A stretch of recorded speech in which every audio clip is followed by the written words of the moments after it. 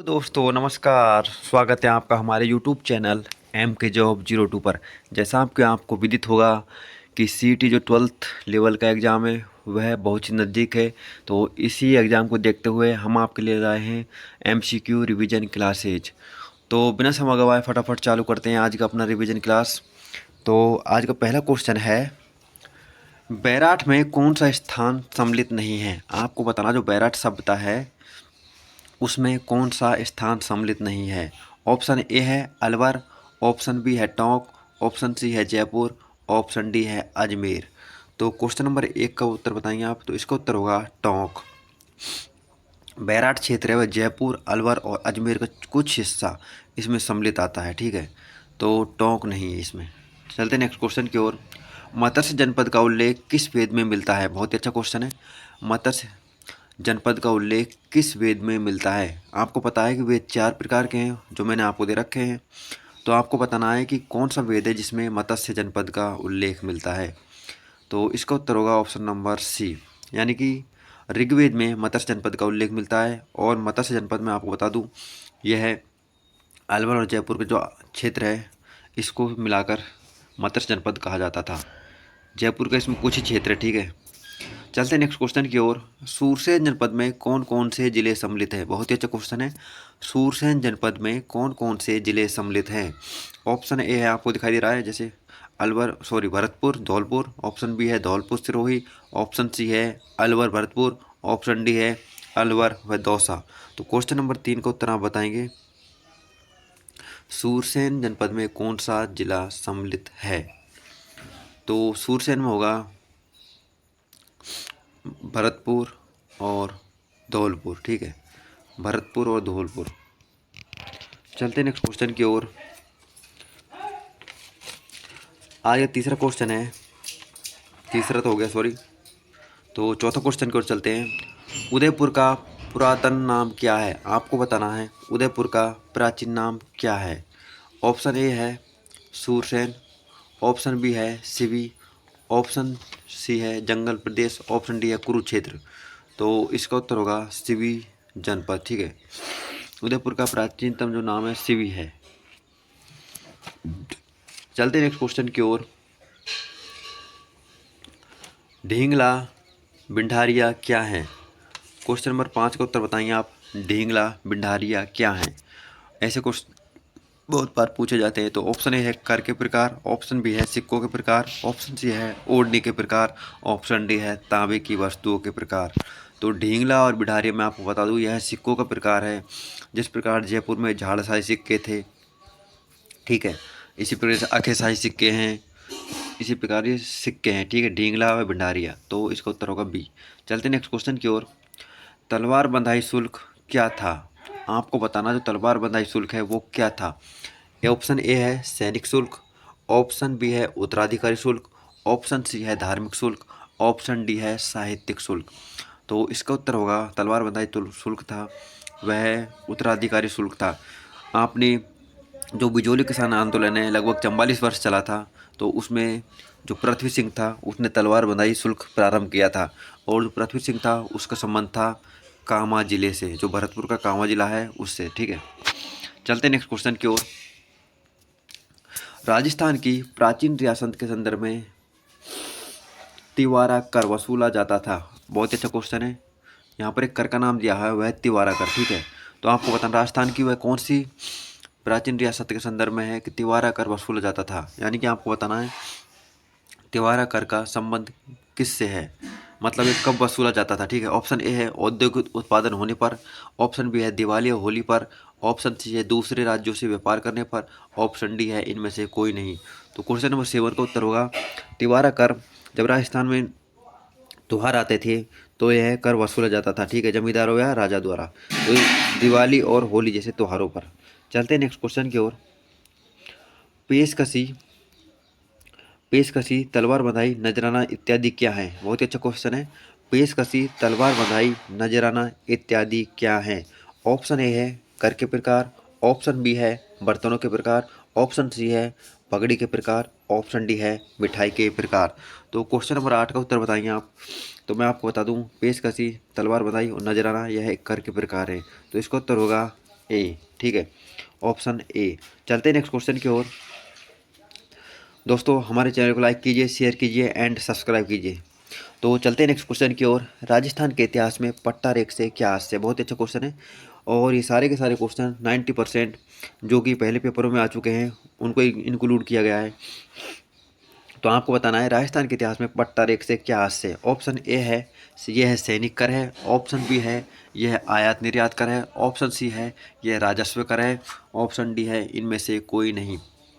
तो question number 9 का उत्तर क्या होगा? तो पट्टा रेख का संबंध राजस्व से है, ठीक है, तो इसका संबंध राजस्व से है। चलते हैं नेक्स्ट क्वेश्चन की ओर। क्वेश्चन नंबर 10 की ओर चलते हैं। अहि छत्रपुर, आपको बताना है अहि छत्रपुर किस जिले का प्राचीन नाम है? बहुत अच्छा क्वेश्चन है लेकिन यहाँ पर जूमिंग थोड़ी कम नहीं हो रही। हाँ देखते हैं अहि छत्रपुर किस जिले का प्राचीन नाम है। तो मैं आपको सामने ऑप्शन लिख देता हूँ। Option A Jaipur, option B है कोटा, ऑप्शन सी है नागौर, ऑप्शन डी है उदयपुर।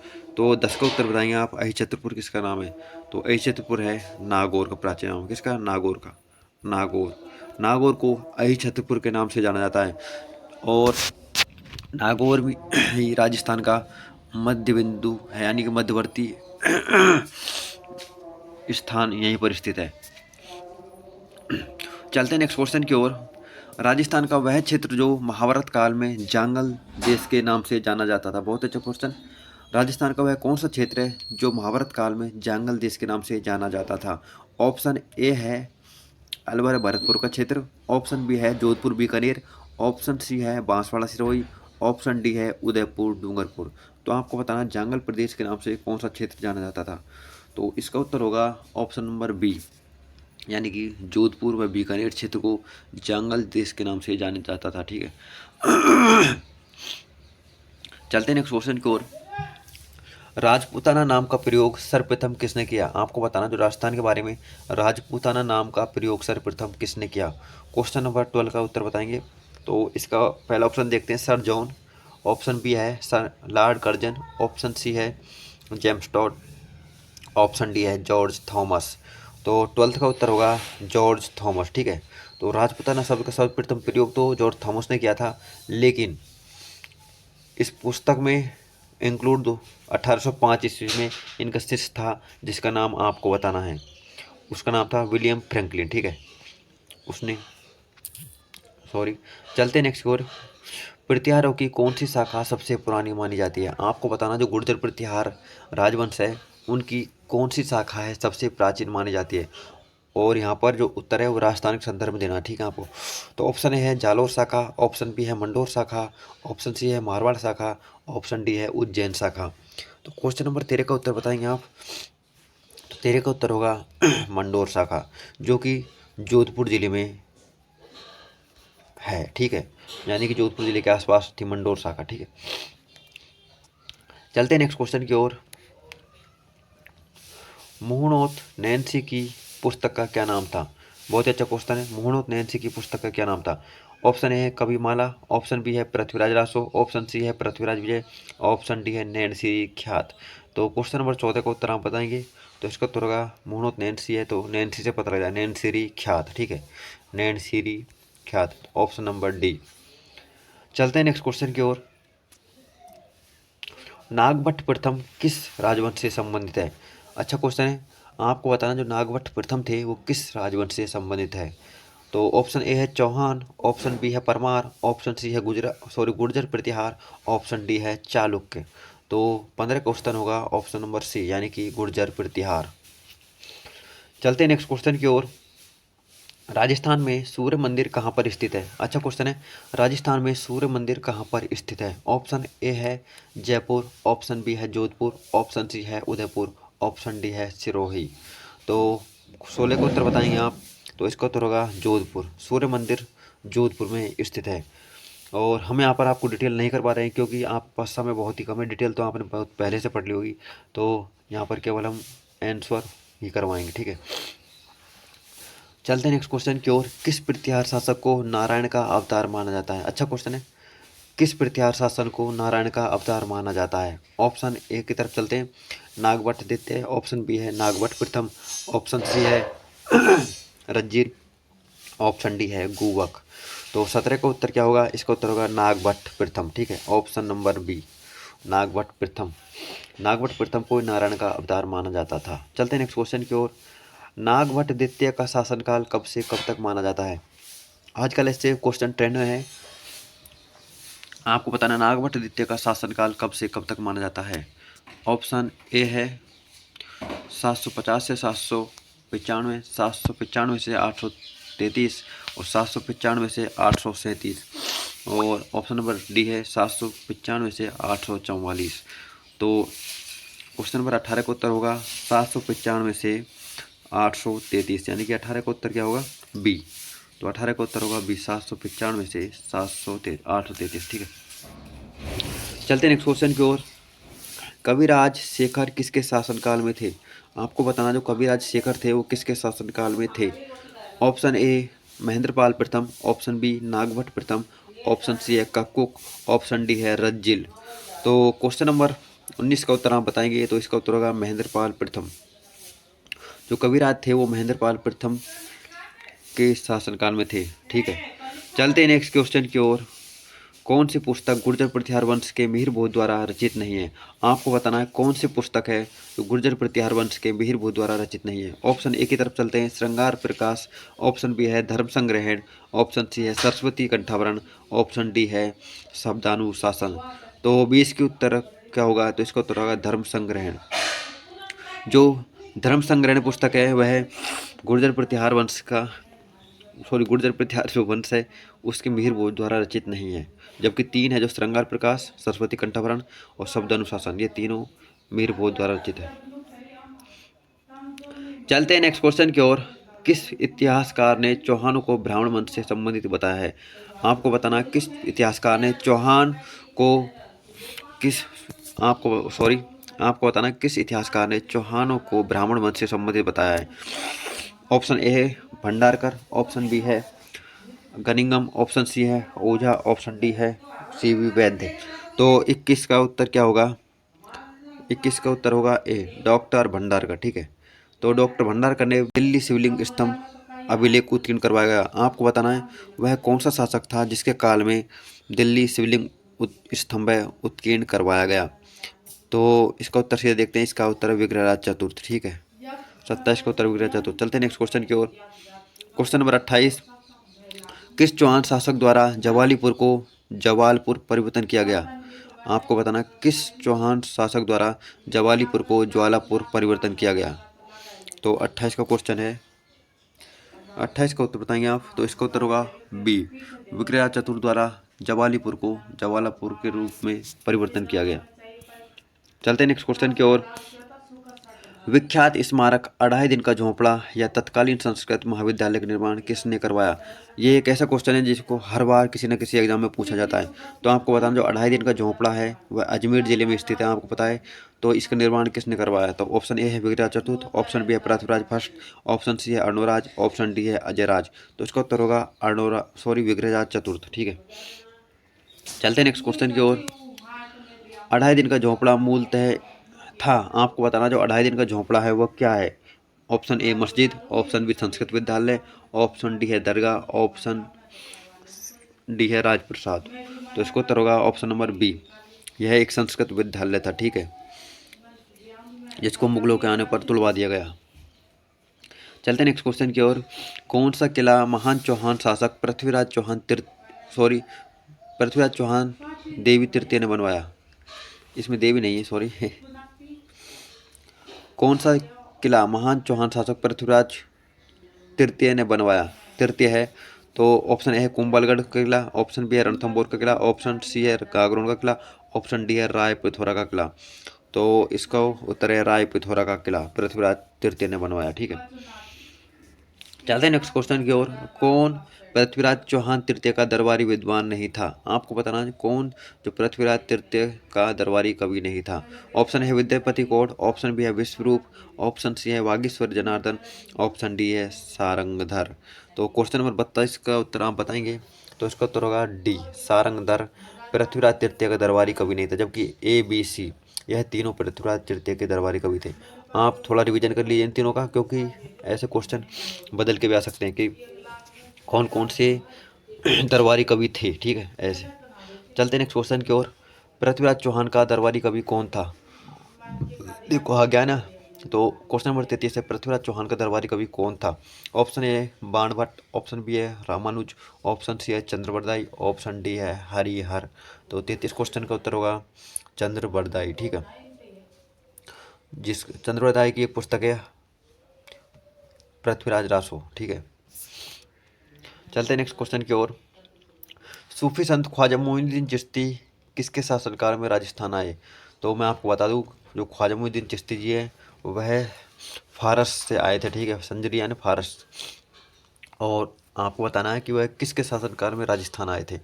तो ऑप्शन ए है महाराणा प्रताप, ऑप्शन बी है राणा सांगा, ऑप्शन सी है कुंभा, ऑप्शन डी है पृथ्वीराज चौहान। तो इसका उत्तर होगा पृथ्वीराज चौहान के शासनकाल में, ठीक है। और मैं आपको बता देता हूँ कि पृथ्वीराज चौहान है, इसका जन्म हुआ था 1166 ईस्वी में, ठीक है। चलते हैं नेक्स्ट क्वेश्चन की ओर। पृथ्वीराज चौहान तृतीय का समकालीन चंदेल शासक कौन था? आपको बताना, जो पृथ्वीराज चौहान तृतीय है उसके समकालीन चंदेल शासक कौन था? ऑप्शन ए है परमर्दिदेव चंदेल, ऑप्शन बी है कीर्ति वर्मा, ऑप्शन सी है यश वर्मा, ऑप्शन डी है इनमें से कोई नहीं। तो 35 नंबर पर चलते हैं। तो इसको तो होगा परमर्दिदेव चंदेल। परमर्दिदेव चंदेल थे, वो है पृथ्वीराज तृतीय के समकालीन थे, ठीक है। चलते हैं नेक्स्ट क्वेश्चन की ओर। पृथ्वीराज तृतीय का जन्म कब हुआ? अभी मैंने ऊपर बताया, तो इसका तो क्या बताना। तो कब हुआ था? 1166 ईस्वी में, ठीक है। चलते हैं नेक्स्ट क्वेश्चन की ओर। गिलुंड सभ्यता, सॉरी सभ्यता नहीं है, सभ्यता है, सभ्यता। आपको बताना गिलुंड सभ्यता किस जिले में है? आप क्वेश्चन नंबर 37 का उत्तर बताएंगे। तो पहले क्वेश्चन के ऑप्शन की ओर चलते हैं। ऑप्शन ए है उदयपुर, ऑप्शन बी है राजसमंद, ऑप्शन सी है जयपुर, ऑप्शन डी है नागौर। तो आपको बताना है गिलुंड सभ्यता कहाँ है। तो क्वेश्चन नंबर 37 का उत्तर होगा राजसमंद। गिलुंड कहाँ है? राजसमंद में, ठीक है। चलते हैं नेक्स्ट क्वेश्चन की ओर। किस सभ्यता के मकानों में पत्थर का प्रयोग किया गया है? आपको बताना है वह कौन सी सभ्यता है जिसके मकानों में पत्थर का प्रयोग किया गया है। तो ऑप्शन ए है बैराट, ऑप्शन बी है गणेश्वर, ऑप्शन सी है आहड़, ऑप्शन डी है रेड। तो इसका उत्तर होगा ऑप्शन नंबर बी गणेश्वर, जिसको ताम्रवर्ती सभ्यता भी कहा जाता है, गणेश्वर, ठीक है। और गणेश्वर वर्तमान में नीम का थाना जिले में स्थित है। प्राचीन समय में, प्राचीन का मतलब अब से जो पहले जिले बने थे उसमें सीकर जिले में थी, लेकिन वर्तमान जिला बना है नीम का थाना, तो उसमें आती है गणेश्वर सभ्यता, ठीक है। चलते हैं नेक्स्ट क्वेश्चन की ओर। कालीबंगा सभ्यता की सर्वप्रथम खोज किसने की? आपको बताना कालीबंगा सभ्यता की सर्वप्रथम खोज किसने की। ऑप्शन ए है बीबीलाल, ऑप्शन बी है बीके थापर, ऑप्शन सी है अमलानंद घोष, ऑप्शन डी है कनिंघम। तो इसका उत्तर होगा option number C Amalananda Ghosh ने की। लेकिन इसका दोबारा से जो उत्खनन कार्य किया था वह किया था बीबीलाल व बीके थापर ने। तो 39 का उत्तर होगा सी, ठीक है। चलते हैं नेक्स्ट क्वेश्चन की ओर। भीम डूंगरी, बीजक डूंगरी, महादेव डूंगरी का संबंध किस सभ्यता से है? यह क्वेश्चन बार बार पूछा था, आपको बताना है भीम डूंगरी, बीजक डूंगरी, महादेव डूंगरी का संबंध किस सभ्यता से है। तो इसका उत्तर होगा बैराट सभ्यता, बैराट या विराट। चलते हैं नेक्स्ट क्वेश्चन की ओर। अनाज रखने के बड़े मृत भांड जिन्हें गोरे कोठ कहा जाता था किस प्राचीन सभ्यता से प्राप्त हुए? आपको बताना है 41 का। अनाज रखने के बड़े मृत भांड जिन्हें गोरे कोठ कहा जाता था वह किस प्राचीन सभ्यता से प्राप्त हुए हैं? ऑप्शन ए है औजैना सभ्यता, ऑप्शन बी है जोधपुर सभ्यता, ऑप्शन सी है कालीबंगा सभ्यता, ऑप्शन डी है आहड़ सभ्यता। तो 41 का उत्तर बताएंगे, तो इसका उत्तर होगा आहड़ सभ्यता। जो आहड़ सभ्यता से प्राप्त हुए मृत भांड हैं उनको गोरे वो कोट कहा जाता है, ठीक है। बहुत ही अच्छा क्वेश्चन है सभ्यताओं से। चलते हैं नेक्स्ट क्वेश्चन की ओर। कौन सी वस्तु आहड़ सभ्यता के स्थलों से संबंधित नहीं है? आपको बताना है वह कौन सी वस्तु है जो आहड़ सभ्यता के स्थलों से संबंधित नहीं है, यानी कि वहाँ पर नहीं मिली।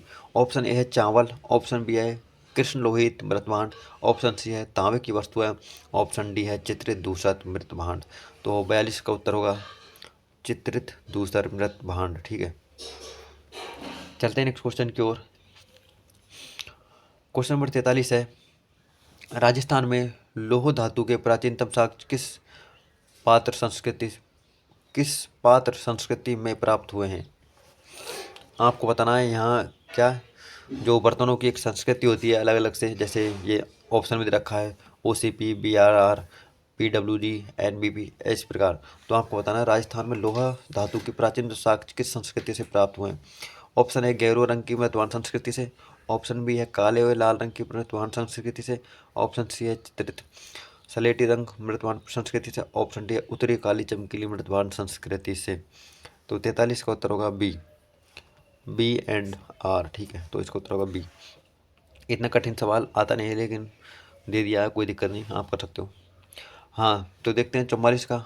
लाल काली मृतभांड वाली संस्कृति का प्रमुख केंद्र था। आपको बताना लाल काली मृतभांड है उनकी संस्कृति का प्राचीन केंद्र कौन सा था? ऑप्शन ए है कालीबंगा, ऑप्शन बी है आहड़, ऑप्शन सी है बालाथल, ऑप्शन डी है बागोर।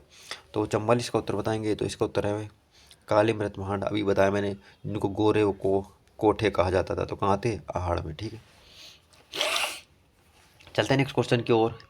कौन सी फसल का उत्पादन आहड़ में नहीं होता था? आपको बताना है वो कौन सी फसल है जिसका उत्पादन आहड़ सभ्यता में नहीं होता था। ऑप्शन ए है गेहूँ, ऑप्शन बी है बाजरा, ऑप्शन सी है चावल, ऑप्शन डी है ज्वार। तो 45 का उत्तर होगा ऑप्शन बी, यानी कि चावल है, सॉरी, जो बाजरा है वह आड़ संस्कृति में उत्पादित नहीं होता था, जबकि गेहूँ है, चावल है और ज्वार यहाँ पर उत्पादित की जाती थी। चलते हैं नेक्स्ट क्वेश्चन की ओर। रणथंभौर के किस चौहान नरेश के सेनापति ने झांझाइन के निकट जलालुद्दीन खिलजी को हराया था? आपको बताना है रणथंभौर के नरेश के सेनापति, यानी कि जो रणथंभौर के राजा थे उनका एक सेनापति था और उसने जलालुद्दीन खिलजी को हराया था, तो वह कौन था?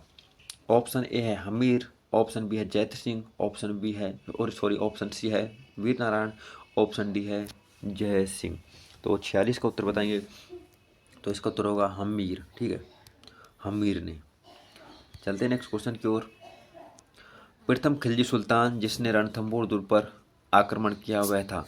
आपको बताना होगा प्रथम खिलजी सुल्तान कौन था जिसने रणथंभौर दुर्ग पर आक्रमण किया। ऑप्शन ए है जलालुद्दीन खिलजी, ऑप्शन बी है अलाउद्दीन खिलजी, ऑप्शन सी है शिहाबुद्दीन, ऑप्शन डी है मुबारक।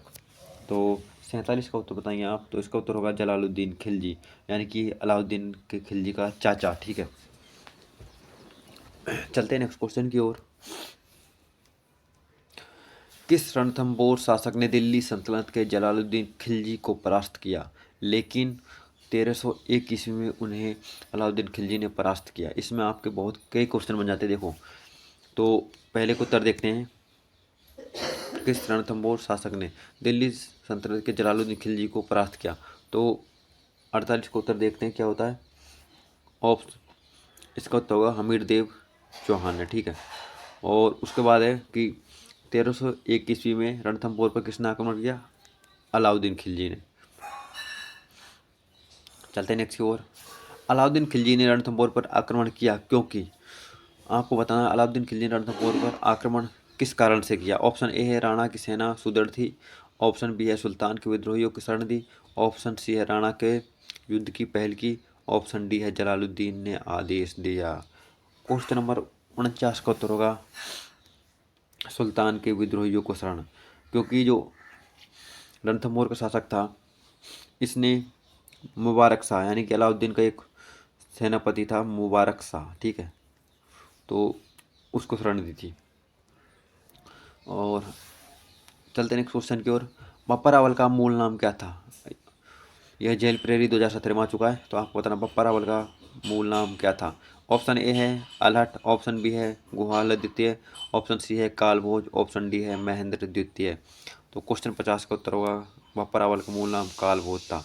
और मैं आपको बता बप्पा रावल के जो गुरु थे वो होते हारित ऋषि, ठीक है, हारित ऋषि, जिनकी ये गाय चराते थे, ऐसा माना जाता है। अगला क्वेश्चन चलते हैं। गुहिल वंश का पहला शासक कौन था? आपको बताना है गुहिल वंश का प्रथम शासक कौन था। ऑप्शन ए है अमर सिंह, ऑप्शन बी है बप्पा रावल, ऑप्शन सी है राणा हमीर, ऑप्शन डी है क्षेत्र सिंह। तो क्वेश्चन नंबर 51 का उत्तर आप बताएंगे गुहिल वंश का प्रथम शासक कौन था। तो कौन था? बप्पा रावल, जिसका वर्णन मैंने थोड़ा ऊपर किया है, बप्पा रावल कालभोज का, ठीक है। चलते हैं नेक्स्ट क्वेश्चन की ओर। 734 ईस्वी तक राजस्थान में मौर्य वंश का शासक कौन था जो बाद में बप्पा रावल द्वारा मारा गया।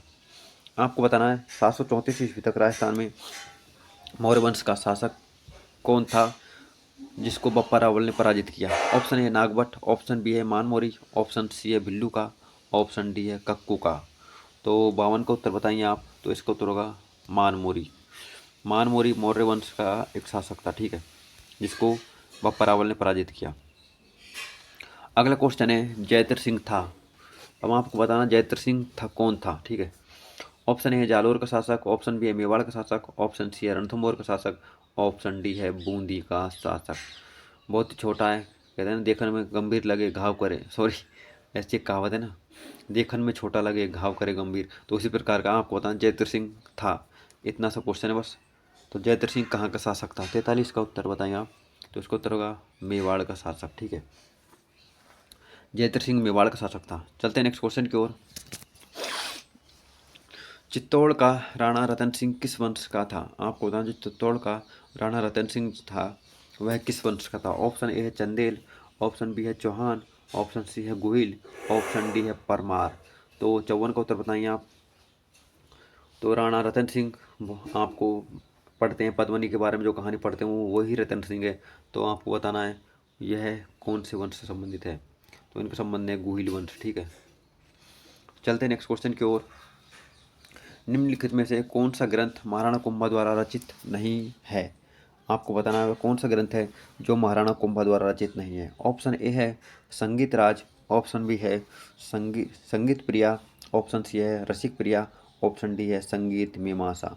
तो 55 का उत्तर बताएंगे। तो इसका उत्तर होगा रसिक प्रिया। रसिक प्रिया महाराणा कुंभा द्वारा रचित नहीं है। जबकि 3 है संगीत राज, संगीत प्रिया, संगीत मीमांसा, यह महाराणा कुंभा के ग्रंथ हैं, ठीक है। चलते हैं नेक्स्ट क्वेश्चन की ओर। घोर और बादल ने किसकी रक्षा की। तो आपने जो पद्मनी वाली कहानी सुनी होगी, तो उसी के साथ गोरा बादल नाम आता है। तो गोरा बादल द्वारा किसकी रक्षा की गई। तो 56 का उत्तर बताइए आप। तो इसका उत्तर होगा पद्मनी। और मैं बताऊँ आपको तो जो रानी पद्मनी थी वह श्रीलंका की मानी जाती है, ठीक है। जो श्रीलंका की रानी थी सिंघल द्वीप में वहाँ की मानी जाती है। चलते हैं नेक्स्ट क्वेश्चन की ओर। विषम घाटी पंचानन की संज्ञा मेवाड़ के किस शासक को दी जाती है। आपको बताना विषम घाटी पंचानन की संज्ञा किस शासक को दी जाती है। ऑप्शन ए है राणा हमीर, ऑप्शन बी है राणा लाखा, ऑप्शन सी है राणा कुंभा, ऑप्शन डी है इनमें से कोई नहीं। तो इसको उत्तर होगा महाराणा कुंभा, ठीक है। महाराणा कुंभा को ऐसा माना जाता है लगभग इन्होंने 84 दुर्गों में से 32 दुर्ग अपने शासनकाल में निर्माण करवाए थे। जैसे मचान का दुर्ग है, कुंभलगढ़ का दुर्ग है, इसी प्रकार के। चलते हैं नेक्स्ट क्वेश्चन की ओर। नृत्य रत्न कोश की रचना किसने की। अच्छा क्वेश्चन है, आपको बताना नृत्य रत्न कोश की रचना किसने की। ऑप्शन ए है कुंभा, ऑप्शन बी है मंडन, ऑप्शन सी है जयदेव, ऑप्शन डी है जय नानक। तो 58 का उत्तर बताएंगे। तो इसका उत्तर होगा ऑप्शन ए महाराणा कुंभा ने, ठीक है, नृत्य रत्न कोश की रचना। चलते हैं नेक्स्ट क्वेश्चन की ओर। सूड प्रबंधन के लेखक कौन थे। आपको बताना सूड प्रबंध के लेखक कौन थे। Option A Pratap, option D है Kumbha, option A Pratap, option B है कुंभा, ऑप्शन सी है रण सिंह, ऑप्शन डी है उदय सिंह। तो 59 का उत्तर क्या होगा। तो सूड प्रबंध के लेखक थे महाराणा कुंभा, ठीक है। चलते हैं नेक्स्ट क्वेश्चन की ओर। सिंधु नदी की सहायक नदी कौन सी है। आपको बताना सिंधु नदी की सहायक नदी कौन सी है। Option A Ravi, option B है कृष्णा, ऑप्शन सी है कावेरी, ऑप्शन डी है ताप्ती। तो इसका उत्तर होगा रावी, ठीक है। तो सिंधु नदी की सहायक नदी जैसे रावी, झेलम, व्यास इत्यादि ये। चलते हैं नेक्स्ट क्वेश्चन की ओर। पाकिस्तान का सबसे निकट जिला मुख्यालय कौन सा है। आपको बताना पाकिस्तान का सबसे निकट जिला मुख्यालय कौन सा है। तो इसका उत्तर होगा बहावलपुर, ठीक है, बहावलपुर। चलते नेक्स्ट क्वेश्चन की ओर।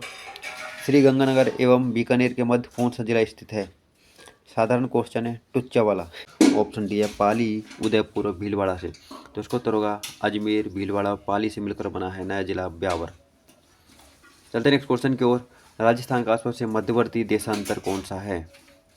Option A 75 degree, option B है 74 डिग्री, ऑप्शन सी है 70 डिग्री, ऑप्शन डी है 78 डिग्री।